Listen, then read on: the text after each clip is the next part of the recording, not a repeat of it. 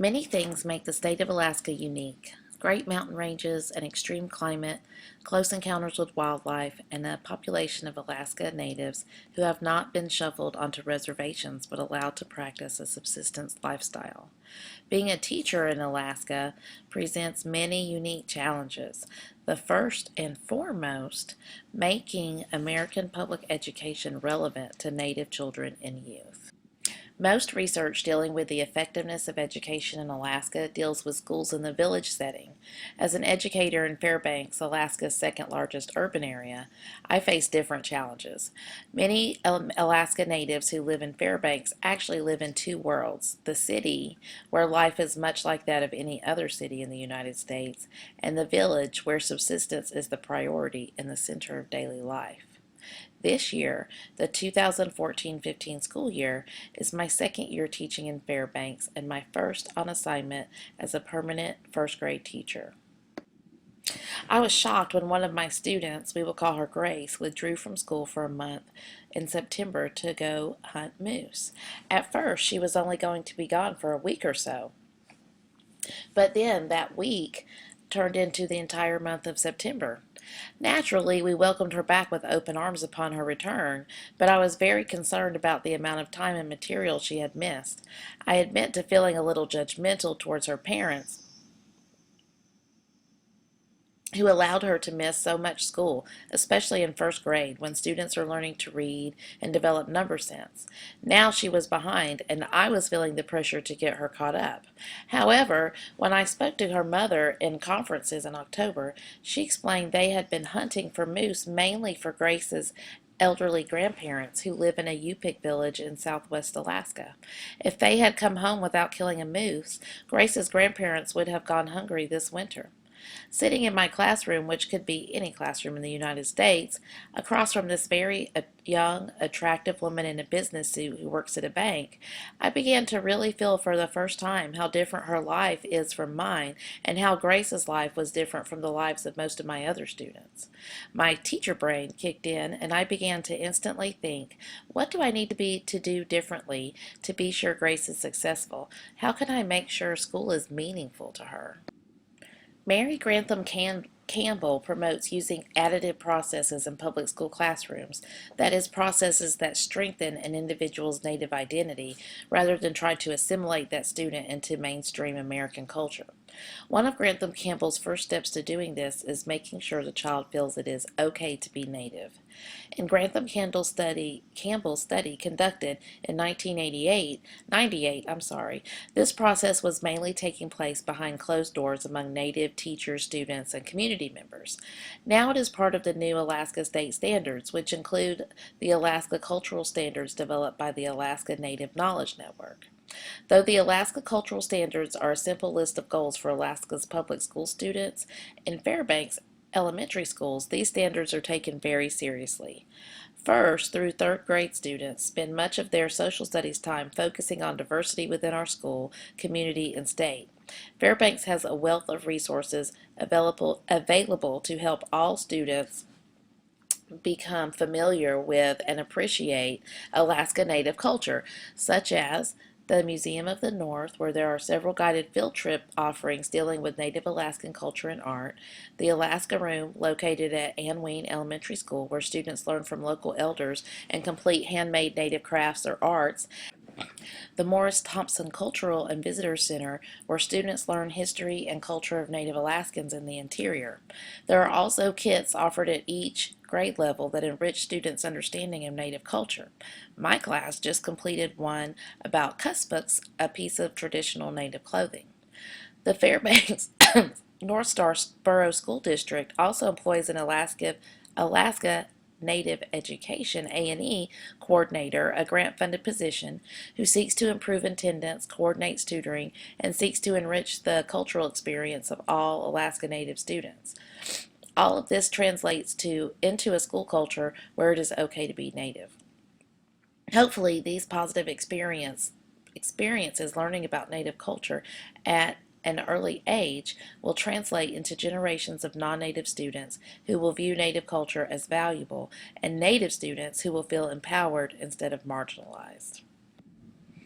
However, Campbell's research calls these native curricular materials that I just described contested, as parts of it are contested by both some non-native teachers who fear it will interfere with other academic goals, and native teachers and community members who fear that parts of their culture may be marginalized if not approached correctly. Grantham Campbell interviewed a community member who was upset about students learning a traditional dance at school but not learning the meaning behind the dance or understanding the importance of the dance to Alaska Natives. Therefore, according to the Fairbanks North Star School District, the A&E parent committee advises the A&E coordinator.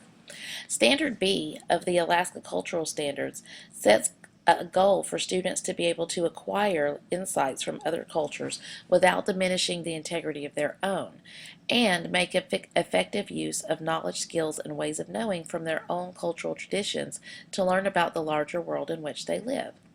This standard stood out to me because it recognizes the fact that Native students in Fairbanks are not living in a bubble, isolated like they might be in the village.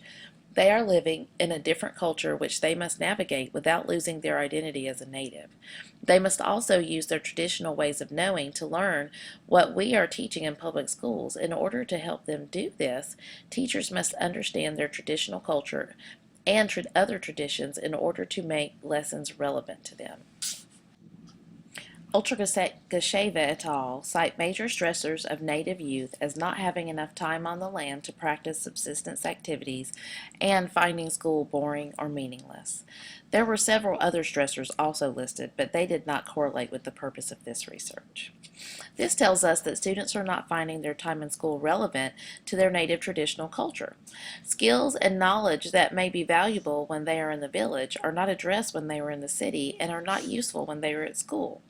As educators, we must familiarize with ourselves with what is valuable to Native students so that we may address that in our class or design instruction that is relevant to this student and their values. So, what are the ways that Native students traditionally learn? What are their ways of knowing? How can I design instruction to use this in my classroom? Without purposeful training, most non-native teachers will not know the answers to these questions. Fina Riordan describes learning by the oral tradition and through experience as she visits a culture camp run by Yupik elders. Culture camps have become a way to connect young people and elders in order to be sure young Native Alaskans do not lose their Native identity as they navigate life in the urban environment. Elders teach through the oral tradition, telling stories to teach traditional values. They also teach skills needed for subsistence living through student observation and trial and error. They let students make mistakes and work things out on their own so they will remember how to do it right the next time. Barnhart and Coagley compared the knowledge systems of indigenous people with that of Western civilizations. In contrast to mainstream American knowledge systems, those of Native Alaskan knowledge systems have a trust for inherited knowledge, depend on practical experimentation, local verification, and is applied to everyday living.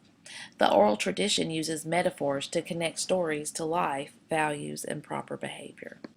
So, what are some research based strategies that address Native ways of knowing and are still accessible to all students and may be used to teach all students? As an experienced teacher, there are two that come to mind: problem based learning and listening or observing in class. At this time, you may be thinking, what? Students listen and observe in class all the time. How will this be a change from current pedagogy? According to Sleslaki and Rogoff, Western and Indigenous children listen and observe in a different manner.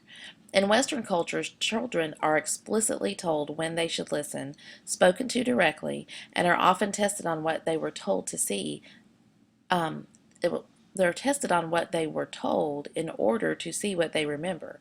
It is often considered rude to listen in on the conversations of others. In contrast, children from indigenous cultures are allowed to listen and observe important events in their community and pitch in under their own initiative. In the study conducted by Schlakowski and Rogoff, indigenous children had a greater recall of a story told orally, even if not told directly to the child, but overheard from a different conversation. Tlosky and Rogoff call this incidental learning. This difference in Western and indigenous cultures has huge implications for use in the classroom. First of all, using storytelling in the classroom to teach concepts and values will engage Native students who are trained at home to listen carefully to adults and elders. Second, allowing Native students to listen in and observe stories or topics of interest in classroom, including demonstrations to other students, even if they are not primaries in the conversation, may help improve their engagement and recall through this incidental learning and therefore decrease boredom. Veli Bhatti proposes problem-based learning as a way to engage and increase critical thinking among all students. I believe PBI can be a bridge between the Western classroom and the Native tradition of learning by doing and learning from mistakes, then incorporating what was learned from these mistakes into traditional knowledge systems. Bhatti describes PBI as a progressive approach to learning that is student-centered and encourages students to self-manage their learning and behavior. Bhatti outlines the 6 main characteristics of PBL as always being student-centered, having students work in small cooperative groups, the teacher working as a director or guide, being based on real-world problems presented without prior preparation or study, having students use problem-solving skills while finding the information or methods needed, and finally, students acquiring new information and skills to use when encountering similar problems in the real world.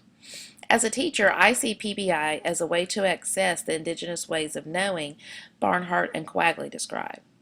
I also see the student-centered nature of the problem solving as similar to the lessons at Culture Camp described by Finup Riordan. Students have some previous knowledge of problem solving and how to find the information they need, but are allowed to make mistakes and flounder a little as they work to solve the problem, the end result being a solution and a working knowledge of what not to do when encountered with a certain situation, as well as what to do. All that is left for the teacher to do is to work to develop problems that are relevant to Native students. This can be done collaboratively among students at professional learning communities or other collaborative meetings.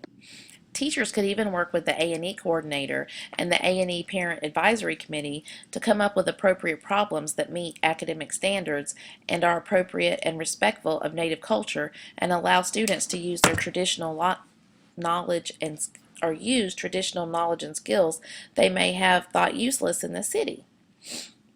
Their traditional knowledge and skills could even put them at an advantage when solving problems, leading to increased self-esteem and pride in being Native.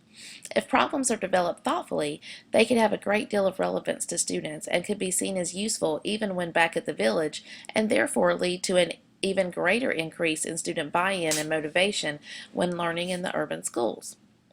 Ideas for further research would be how to purposefully and successfully implement incidental learning and listening opportunities in classroom in the urban environment. Once this is determined, teachers all across Alaska's urban districts could participate in staff development in which they learn this method and how to incorporate it into instruction. Further research in PBL in Alaska classrooms would be different since PBL is already a well-developed teaching strategy. Work should be done to match appropriate problems to each grade level curriculum.